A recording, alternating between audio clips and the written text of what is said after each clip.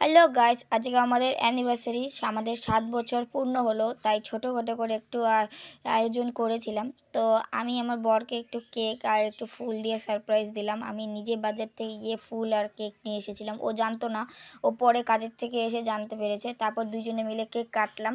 আমার ছেলে পাশে বসেছিল, ও বলছিল কি বলবো, হ্যাপি বার্থডে বলবো না কি বলবো। তারপর আমি বললাম না বাবা, হ্যাপি বার্থডে না, আমাদের এটা অ্যানিভার্সারি।